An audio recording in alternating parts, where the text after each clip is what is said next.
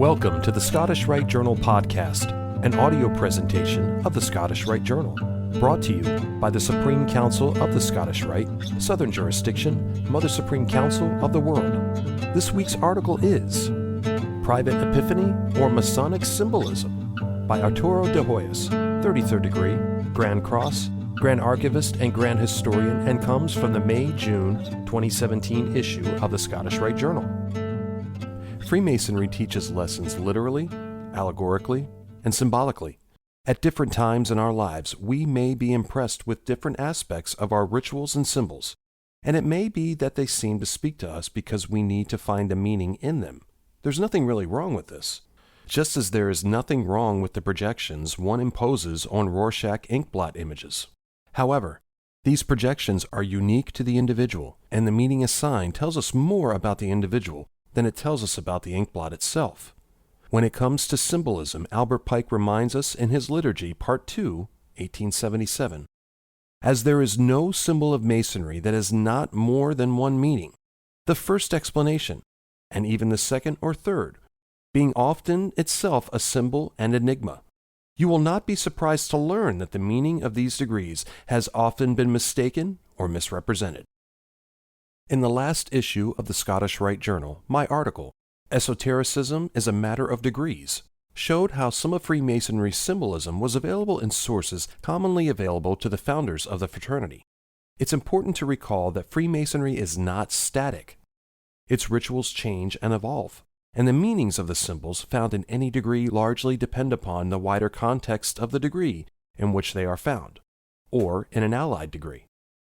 In the most natural of symbols, there's a relationship between the symbol and the thing it symbolizes.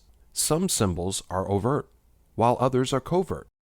For example, a skull and crossbones on a bottle of poison is an obvious and overt symbol. In essence, it says, if you consume me, you may die. In a different context, however, a skull and crossbones may be an emblem of mortality, reminding us that we should make the best of life because we will all pass away. A more covert symbol may be something that requires a special context, such as participation in a ceremony. As Freemasons, we recognize the sprig of acacia as an emblem of immortality because we learn this from the context of the Master Mason's degree. The same could be said of our degrees as a whole. It is not necessarily the individual words of one of the characters in a degree, but the context which shines upon the meaning. Every once in a while, a Mason has a private epiphany which he believes reveals some true aspect of the craft which should be acknowledged by others. It might be one of those little things we hear touted which seems to have importance, but is really arbitrary and without foundation. Private epiphanies may be right, partially right, or just plain wrong. Whatever the case, they lack the authority of ritual explanations. For example, there's the question of whether a Masonic ring should be worn with the points of the compasses facing to, or away from, the wearer. Or, should the wings of the Scottish Rite's double-headed eagle be up or down? Or, is there a meaningful symbolic difference between the words Mason and Freemason? Sometimes these little speculations take on a life of their own, or acquire pseudo-philosophical justifications arguing the correct answer. I've known Masons who have argued passionately that their interpretations must be correct because it makes sense, or at least it does to them. Most of us have heard someone assert that the compasses on one's Masonic ring should face inward to remind the wearer of one's obligations, or point outward to advertise one's membership. If your Blue Lodge or Grand Lodge instructs you how to wear your ring, that's fine. If it doesn't, that is also fine. As nice as these explanations sound, the truth is that there is no single correct answer for all Masons.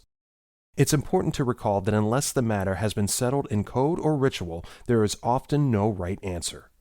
The current ritual of the 14th degree, in the Southern Jurisdiction, does not specify how you should wear your ring, although the ritual of the 33rd degree informs recipients that its ring may be worn on any finger of either hand. It is true that some rituals used in other jurisdictions, as well as some older 33rd degree rituals, instructed members how to wear their rings, but not all jurisdictions are uniform.